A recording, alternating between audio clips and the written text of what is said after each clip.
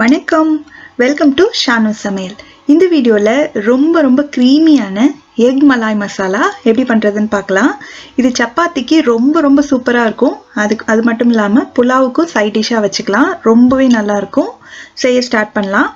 இது பண்ணுறதுக்கு நான் 4 முட்டையை வேக வச்சு அதோட தோலை உரிச்சிட்டு பாதியாக கட் பண்ணி எடுத்து வச்சுக்க போகிறேன். அதுக்கப்புறமா இதுக்கு ஒரு மசாலா அரைக்க போகிறோம். ஒரு மிக்சி ஜாரில் 4 பச்சை மிளகாய், 6 பூண்டு, அப்புறம் ஒரு மீடியம் சைஸ் அளவு துண்டுள்ள இஞ்சியை தோல் சீவிட்டு இந்த மாதிரி சின்ன துண்டுகளாக வெட்டி சேர்த்துக்கலாம். அப்புறமா ஒரு பெரிய வெங்காயத்தை இந்த மாதிரி பெரிய துண்டுகளாக வெட்டி அதையும் சேர்த்துட்டு இது தண்ணி சேர்க்காம நல்லா ஃபைன் பேஸ்ட்டாக அரைச்சி எடுத்துக்கலாம். அடுத்து ஒரு பேனை சூடு பண்ணி அதில் 2 டேபிள் ஸ்பூன் எண்ணெய் சேர்த்துடலாம். எண்ணெய் சூடானதுக்கு அப்புறமா நம்ம அரைச்சி வச்சிருக்க அந்த விழுதை சேர்த்துட்டு அதோட பச்சை வாசனை போகிற வரைக்கும் நல்லா வதக்கிடணும். இது ரொம்ப முக்கியமான ஸ்டெப்பு. ஸோ குறைஞ்சது ஒரு 5 நிமிஷமாவது மிதமான தீயில வச்சு நல்லா கிளறி அதோட பச்சை வாசனை மொத்தமாக போகிற வரைக்கும் வதக்குனாதான் இந்த மசாலா டேஸ்ட் ரொம்ப நல்லா இருக்கும். இப்போ பார்த்தீங்கன்னா அதோட பச்சை வாசனை எல்லாம் போயிடுச்சு. கலரும் இந்த அளவுக்கு நல்லா கொஞ்சம் டார்க்காக மாறி வந்துடுச்சு.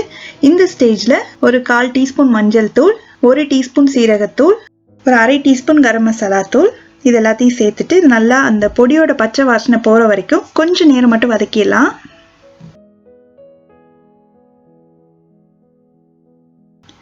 அதுக்கப்புறமா நான் 200 ml அளவுக்கு க்ரீம் சேர்க்குறேன். க்ரீம் தான் சேர்க்கணுன்ற அவசியம் கிடையாது. க்ரீம் இல்லை அப்படின்னா நீங்கள் இதே அளவு காய்ச்சி ஆற வச்ச பால் சேர்த்துக்கலாம். இது சேர்த்ததுக்கப்புறம் இது கூடவே நான் ஒரு 1/2 கப் அளவு தண்ணி சேர்க்குறேன். நீங்கள் பால் சேர்க்குறதா இருந்ததுன்னா தண்ணியோட அளவை குறைச்சிட்டு பாலோட அளவு கொஞ்சம் அதிகமாக வேணாலும் சேர்த்துக்கலாம். இப்போ இது நல்லா கலந்து விட்டுட்டு ஒரு நிமிஷம் மட்டும் அப்படியே இருக்கட்டும். இப்போ இந்த மசாலாவுக்கு தேவையான அளவு உப்பையும் சேர்த்துடலாம். சேர்த்துட்டு நல்லா கலந்து விட்டுட்டு நம்ம வேக வச்சு கட் பண்ணி வச்சுருக்கோம் இல்லையா, அந்த முட்டையும் அப்படியே பரவலாக வச்சிடலாம்.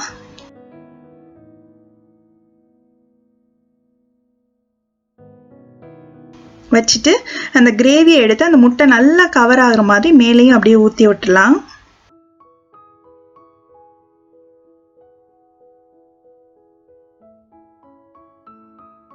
அவ்வளோதான். இப்போ இதை மூடி வச்சு ஸ்டவ்வை நல்லா சிம்மில் வச்சு ஒரு 3 நிமிஷம் இருக்கட்டும். இப்போ 3 நிமிஷம் ஆயிடுச்சு. திறந்து பார்க்கலாம்.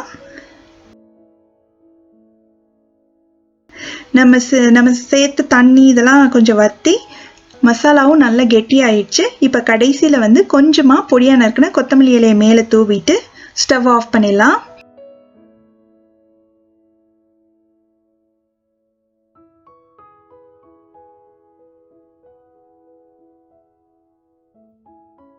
அவ்வளோதான்.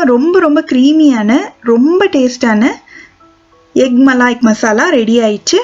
இது சப்பாத்தியோட சர்வ் பண்ணி பாருங்கள். எல்லாருக்குமே ரொம்ப பிடிக்கும். நீங்களும் இந்த ரெசிபியை கண்டிப்பாக வீட்டில் ட்ரை பண்ணி பார்த்துட்டு எப்படி வந்ததுன்ற கமெண்ட்ஸ் சொல்லுங்கள். இதே மாதிரி நிறைய வீடியோஸ் பார்க்கணுன்னா இந்த சேனலுக்கு சப்ஸ்கிரைப் பண்ணுங்கள். ஷானு சமையல், எளிய முறையில் இனிய சுவையில். நன்றி.